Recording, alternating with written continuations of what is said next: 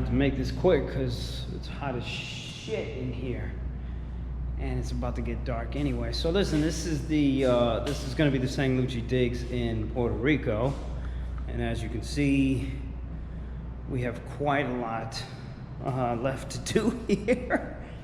Running the electricity right now for these desks, basically. So you're gonna get a bunch of trading desks right here, obviously, you know, with the monitors and everything, and backup batteries and all that kind of shit. And then back over here is gonna be my office. And then over there in the corner, you'll get basically like a section for the performance coach, right? And for some conference room, some shit like that.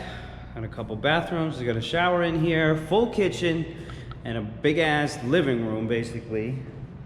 You know, we're gonna stash a couple couches, throw a projector up in there so we can do meetings and all that kind of other shit. Anyway, so October was kind of crazy for me. Surprising, I still ended up making a little bit of cash. I actually took out 100 grand from the account to pay for this shit. You know, this stuff is pretty expensive. Word of advice, actually, you know, most of this here for October too is just to, you know, if you have a lot of other shit going on, if you got other businesses you're working on, I know a lot of you guys have a second business, a third business, and you're trying to trade at the same time, this shit can all get very overwhelming, and it can really affect your trading in ways that are subtle, but they're there. So for example, like if I had to come running over here to figure out stuff with the contractors, and I had a big ass position on, that shit is not gonna end well for you, you know, most of the time. That shit ain't gonna end well for you, you know, and that's when the marriage of life and trading can get pretty freaking complicated, you know. So that's one thing I want you guys to definitely pay attention to. If you have a lot of other stuff going on in your life, I have, you know, several other things that I'm starting to doing, other projects that I'm starting as well, and it can get pretty stressful, and that stress can bleed into your trading. It can always bleed into your trading, okay, and then subsequently your account bleeds as a result. So I had some really big losses this month, but I was able to manage them. I was able to make them back. I was able to stay alive. And I'm further, actually now as I'm doing this video, I can't even believe it, to be quite honest. I can't believe I didn't have an aggressive losing month. You know, but it really shows that there's a different thing going on in my head now, you know. So when I see a loss, I don't react to it like I did before. You know, it's like, okay, I'm wrong. How do I hedge out of this? How do I figure this out? And I'll stay alive. And that's kind of one of the biggest things. And staying alive is so important, because before, let's say I would go on a crazy run, I would always be doing what everybody else wanted me to too. So everybody else would come to me and say, yo, I got this investment, I got this investment, I got this investment, I got this investment. And I said yes to almost all the shit. And that's what destroyed me before. Now what you're looking at is stuff that I've already been thinking about prior to getting here. And this is just the natural next step. So these are all things that I'm investing in, that these are my ideas, these are my creations, you know. These are things that I put into motion, you know, not things that I can't control, other investments that in industries that I shouldn't be in, you know. So this is all St. Lucci. Everything is an offshoot of St. Lucci and what St. Lucci is doing, and what St. Lucci is about. So check out the October numbers. All right, this is the numbers portion of the video. This is my home office right here. I actually cannot wait until we start doing these videos from the new office. It will definitely be a little bit more lively, more colors here in the backgrounds. People keep telling me, why don't you put some shit up on the walls? Honestly, I come here to trade, and then I go to sleep, man, all right? I don't give a shit about most of this decoration stuff. However, in the new office, definitely, I want to get some dope shit here, you know, as far as wall art and things like that. So send me in some recommendations if you guys have them. All right, so let's bust out and take a look at some of these numbers here for October.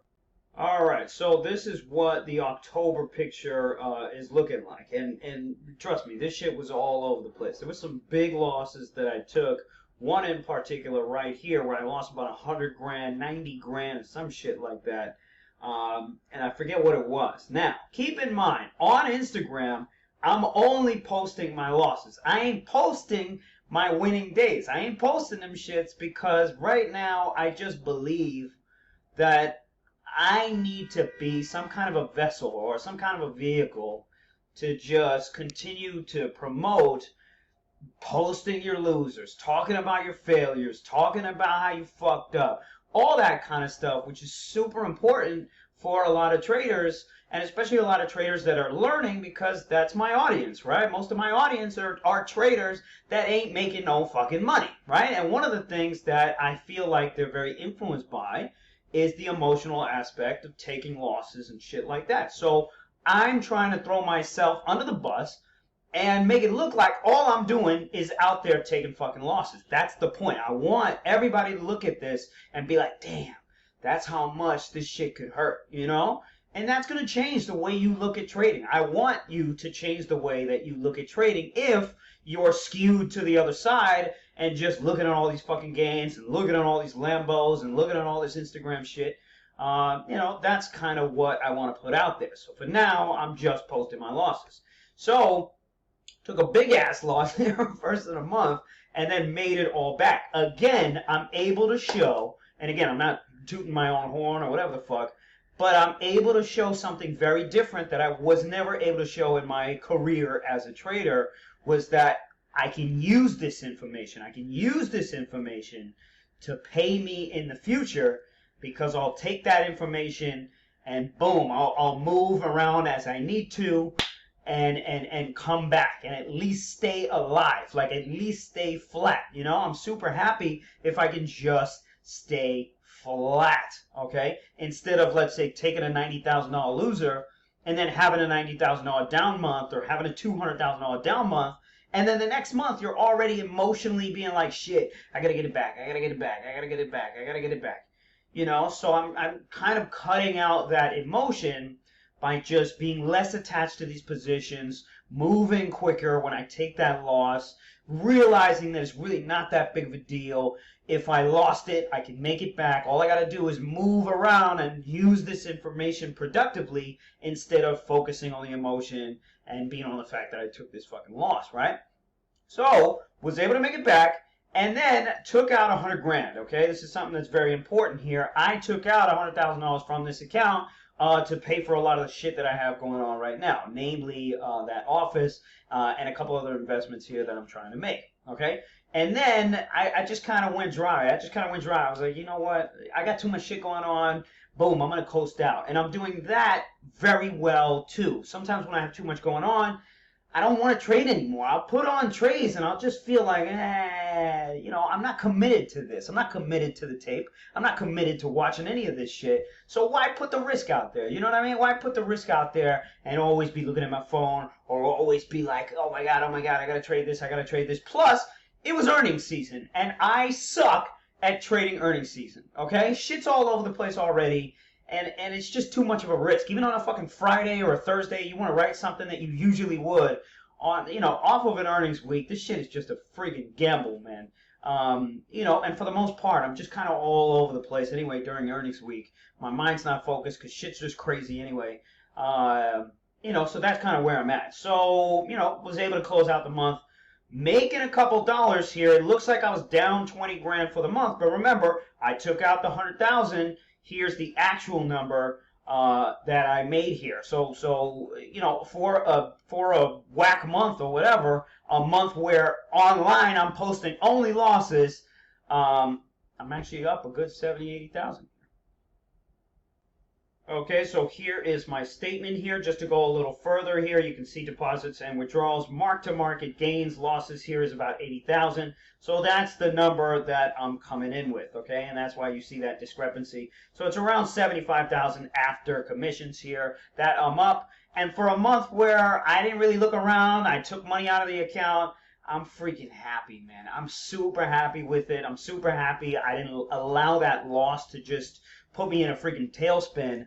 And again, it's just more proof here that it's more important to keep my mental capacity about me, to keep all that, my health, my mental health, and then the awareness of knowing where you're gonna fuck up, and then being able to just sidestep that thing and not let it just blow a hole in your freaking account, which I often did before, and which you guys probably often do and are still doing. So if this month tells you anything, it's just really just how to cool off, and even if you take that big loss and it hurts it hurts your soul or whatever it is, remember, you paid for that information.